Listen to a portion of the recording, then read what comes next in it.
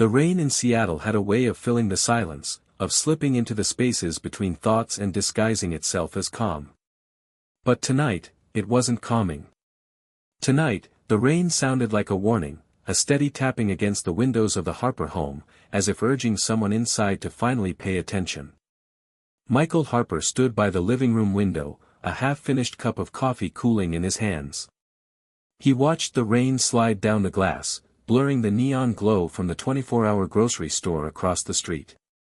Normally, this was the hour he loved most, late evening, the world quieting down, the house filled with warm lamplight. But something felt wrong. Not loud.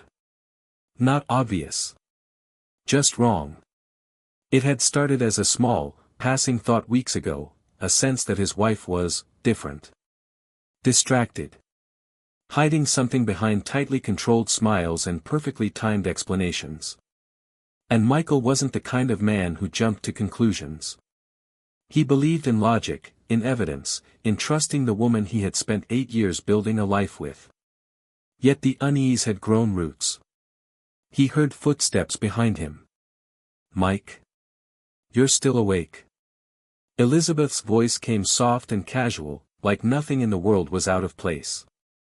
Michael turned. She stood at the archway, framed by the warm hallway light. Her dark hair was pulled back in a loose bun, her cheeks faintly flushed as if she'd been rushing.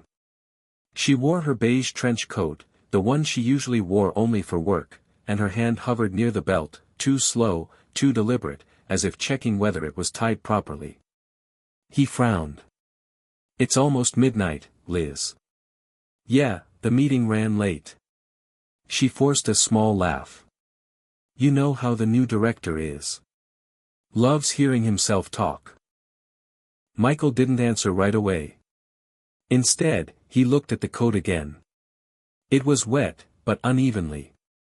Not soaked like she'd just walked outside for 30 minutes in the rain. Only the shoulders were damp, as if someone had wiped the rest.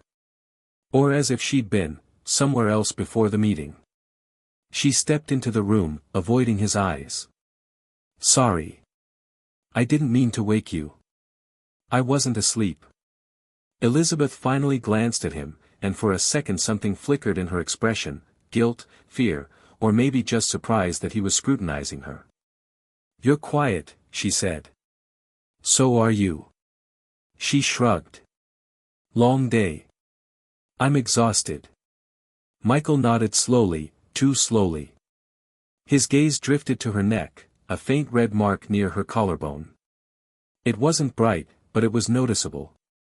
A place where skin had been touched. Pressed. He swallowed.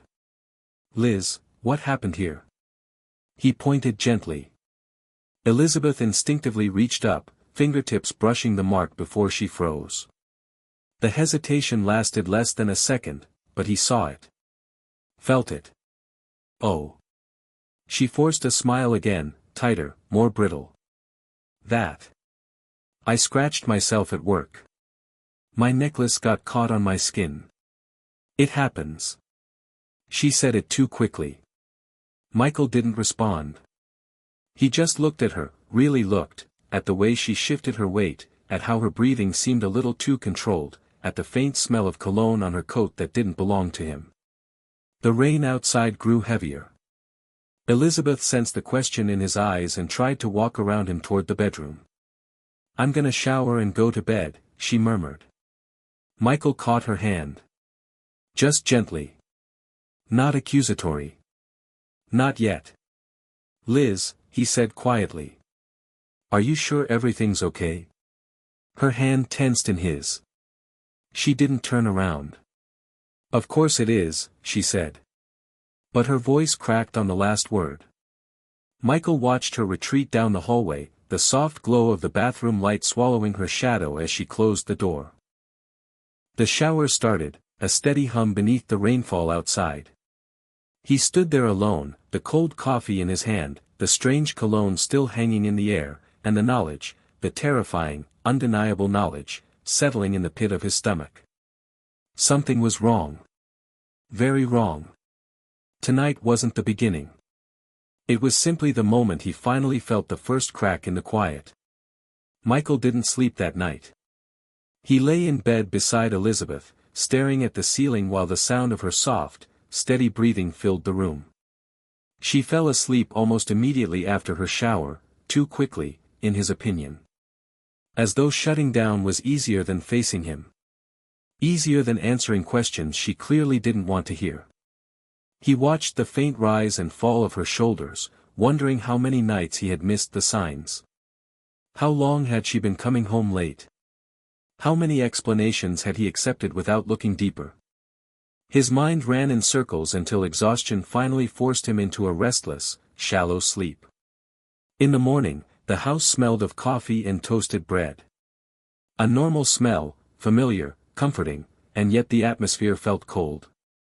Elizabeth was standing at the kitchen counter in her blue work blouse, scrolling through her phone with a tight expression. She didn't look up when Michael walked in. "Morning," she said, still watching the screen. "Morning." The silence between them felt like an invisible wall. He sat down, and she slid a plate toward him, toast and scrambled eggs. She'd made breakfast, just like always. Rituals were powerful, he thought. They kept people feeling safe, even when the truth beneath them was shifting. He cleared his throat. "How was the meeting last night?" His voice was casual, careful. Elizabeth stiffened almost imperceptibly, then forced her shoulders to relax. "I told you, long. Boring. The new director can't run a meeting to save his life." Michael nodded. "Anyone else stay late with you?" She hesitated. "Just the team." "Aha." He took a bite of toast he couldn't taste. "Anyone I know?" She finally looked up, and there it was again. That flicker. That microsecond of fear. "Mike, why are you interrogating me?" He set his fork down, swallowing hard. "I'm not interrogating you. I'm noticing things." Her jaw tensed. "What things?" "You tell me." She stared at him, eyes narrowing slightly, then grabbed her purse from the chair. "I'm gonna be late for work," she said flatly. "Liz. I don't want to do this right now." She left the kitchen, her footsteps sharp against the hardwood. A moment later, the front door opened and closed. Michael let out a long, shaky breath. His wife was hiding something. He didn't know what. But the truth was circling them like a storm cloud. Michael worked remotely, his software company based out of San Francisco. Normally he could lose himself in code for hours, but today his concentration shattered every few minutes. He found himself replaying Elizabeth's expressions, her pauses, her explanations. By noon, he couldn't take it anymore. He grabbed his jacket and stepped outside. The air was crisp, cold, and heavy with the smell of rain-soaked concrete. His neighborhood, calm residential streets north of downtown Seattle, felt strangely distant, as if he were walking through someone else's life. He drove to Elizabeth's workplace, a modern glass building overlooking Lake Union. He knew her schedule. Knew she had a lunch break around 1 p.m. He didn't plan to spy. He wasn't even sure why he came. Maybe he just needed confirmation, one way or the other. He parked across the street and waited. Minutes passed. People came and went. No sign of her. At 1:14 p.m., she finally appeared, walking quickly, her coat tight around her, her hair slightly windblown. She wasn't going toward the cafe on the corner, the place she always mentioned. She turned west, toward the quieter blocks, where fewer people went for lunch. Michael's chest tightened. He started the car and pulled out, staying far enough behind to avoid attracting attention. 2 blocks. Then 3. Then she stopped. A tall man was waiting beneath an awning, hands in his pockets. Broad shoulders. Dark beard. Expensive jacket. The kind worn by men who took themselves too seriously. Elizabeth smiled when she saw him. Not the smile she gave Michael. Not the polite workplace smile. A smile she hadn't shown in months. Warm. Nervous. Alive. The man stepped closer, too close, his hand brushing her arm. Then he leaned down and whispered something in her ear. She laughed quietly. Michael felt something inside him collapse. Slow, heavy, inevitable. He watched as the man placed his hand on the small of her back, guiding her toward the corner restaurant, a place Michael had suggested going with her last year, only for her to insist it was too expensive for lunch. Elizabeth walked inside with the man. Michael sat frozen, his breath shallow, fingers trembling around the steering wheel. Then his phone buzzed. A text. From Elizabeth.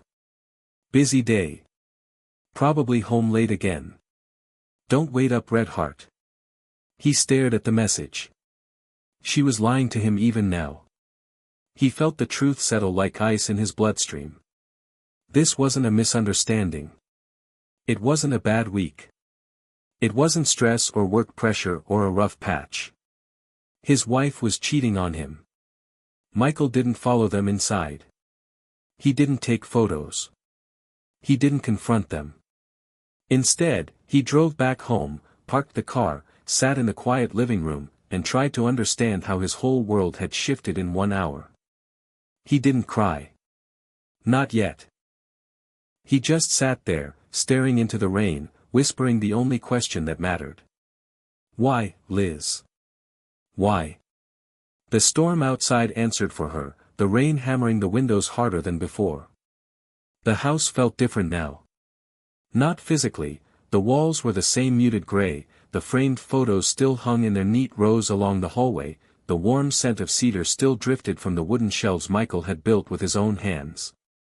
But the air itself felt like it had splintered.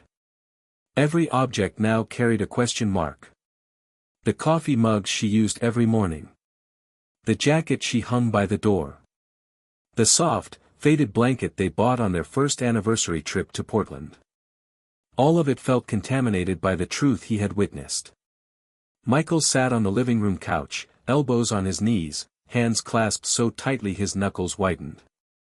He felt hollow, but beneath that hollowness was something dangerous, something sharp. Hurt had a way of reinventing itself. Sometimes it became anger. Sometimes disbelief. Sometimes a quiet, suffocating numbness. He didn't know yet what his own pain would become. At 6:48 p.m., the front door opened. Elizabeth stepped inside, shaking off the rain from her coat. She forced a tired smile before even looking at him, as if preparing a performance. "Hey," she said softly. "You're home early." "I work from home," he replied, voice flat. "Right." She set her purse down and shrugged off her coat. Michael watched as she draped it over the chair. The familiar cologne, the stranger's cologne, lingered faintly in the air. His jaw tightened. Elizabeth walked into the kitchen, pretending everything was normal. "How was your day?" she asked. He didn't answer. She stopped, sensing that something was off. Slowly, she turned toward him. "Mike, what's wrong?" He stared at her, long and unblinking. "Where were you today?" "For lunch." Her expression didn't shift at first. She kept it neutral, too neutral. "At the usual place," she said. "The cafe on Mercer?" "Yes." He shook his head once, a single, heavy movement. "No, you weren't." She opened her mouth, but no words came out. Her eyes widened just slightly, so slightly that someone else might have missed it. Michael didn't. "Mike, what are you talking about?" "I saw you," he said quietly. "I drove to your office today." Her breath caught. "I saw you walk 2 blocks west, not toward the cafe. I saw you meet a man. Tall guy. Dark beard. He put his hand on your back. You went into a restaurant with him." Elizabeth swallowed hard. Her throat bobbed. Then, she lied. "Mike, That must have been a coworker. You. No, his voice cut through hers like a blade. I know what I saw. The kitchen felt too small, the air too sharp. Elizabeth stepped back, as if distance might soften the truth. Why were you there? She whispered. Because something hasn't felt right for weeks. And today I finally understood why. Elizabeth closed her eyes, breathing shakily. It's not what you think, she said. Then tell me what it is. Her eyes darted to the floor, then to the window, anywhere but at him. Liz, he said, look at me. She did, slowly, and in that moment he saw everything she had tried to hide. Fear. Guilt. Sadness. And something else, something he didn't want to name. I just needed someone to talk to, she whispered. Things have been complicated. Michael's chest tightened. With him? No, she said quickly. I mean, yes, I talked to him. But it's not. Is it an affair? She froze. Then, ever so slightly, she nodded. Michael felt the world tilt. The room stretched and shrank all at once. His vision blurred. Something inside him broke with a soundless snap, the kind that carried years of love, trust, shared mornings, soft apologies whispered in the dark. He stared at her in disbelief, eyes burning. How long? He whispered. Elizabeth's lips trembled. 6 months, she said. He blinked. 6 months. Half a year. Half a year of secrets. Half a year of another person's hands where his should have been. Why? His voice cracked. Was I not enough? Did I do something wrong? Liz, you could have talked to me. I tried, she said, tears gathering in her eyes. Mike, I tried. You've been so distant. So buried in work. You used to look at me like I mattered.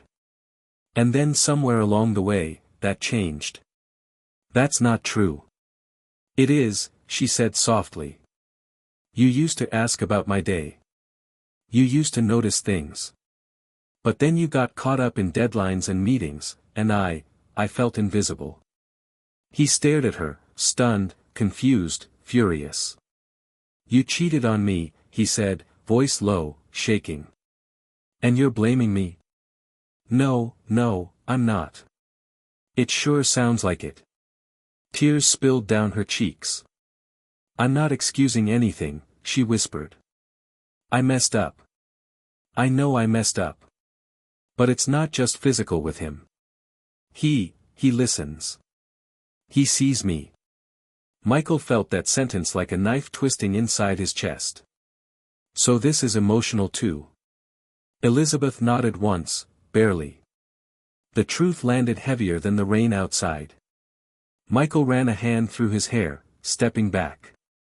Everything felt too bright, too loud, too unreal. Who is he? He asked. She hesitated. His name is Aaron, she finally said. He's a consultant the company hired. It started after the corporate retreat. We talked a lot. At first it was just conversations. Then you decided to destroy our marriage, Michael said bitterly. Elizabeth winced. Silence filled the room like smoke. Finally, she whispered, I'm sorry. Michael stared at her. At the woman he loved. At the stranger she had become. Liz, he said quietly, I don't think sorry is enough anymore. Her face crumpled, tears falling freely now. And Michael, instead of reaching for her, instead of comforting her like he had for years, simply turned away. For the first time in their marriage, he didn't want to be near her. The rain outside fell harder, drowning out the last fragile pieces of who they used to be. 3 days passed like years. Michael barely slept. Barely ate. He worked mechanically, living on autopilot while Elizabeth drifted through the house like a ghost, terrified to speak, terrified not to. They exchanged needed words only. Do you need the car? There's mail for you. Each sentence chipped from a glacier of silence. But the truth between them grew louder with every hour. On the fourth evening, Michael finally stood in the doorway of their bedroom, watching her fold laundry with trembling hands. "Liz," he said quietly. "We need to talk." She froze mid-fold. The sweater in her hands crumpled like paper. He sat on the edge of the bed. Not close. Not far. Just enough to make the space between them feel like a canyon. "I've been thinking," he began, "about everything you told me. About what I saw. About the last 6 months." Her eyes filled with tears immediately. "Mike, Let me finish," he said, voice steady in a way that scared her. She nodded, swallowing hard. "I loved you," he said. "I mean, truly. Completely. Not perfectly, maybe, but honestly. I built a life around you. Around us. I know." "No, Liz. You don't know. Because if you did, you wouldn't have done what you did." Her tears spilled, but he continued. "You told me you felt invisible. And maybe sometimes you did. But you didn't give me a chance to fix anything. You didn't tell me you were hurting. You didn't say you were lonely. You didn't ask for more. You chose to cheat instead." She shook her head, sobbing. "I was weak. I was stupid. I was hurting And you chose him," Michael said. Over and over again. For 6 months. The number still tasted like poison. Elizabeth reached for him, but he gently pulled his hand away. "Mike, please. I love you." He looked at her, truly looked, and felt something strange. Not hate. Not anger. Not even heartbreak. Just clarity. "No," he said softly. "You don't love me. Not the way a wife should. Not anymore." Her breath caught like she'd been struck. "We can get therapy," she whispered. "We can fix this. Couples come back from worse." "We could," he said. "But I won't." Elizabeth's face crumpled. Michael stood up. Walked to the dresser. Opened the bottom drawer. Pulled out a folder he'd hidden there earlier. He placed it on the bed beside her. She stared at it, at the legal envelope with her name and his printed neatly at the top. What is this?" she whispered, though she already knew. "Divorce papers." "No," she said immediately, shaking her head. "Mike, please, no." "I thought about giving us another chance," he said. "I really did. But then I realized something, it wasn't just the affair.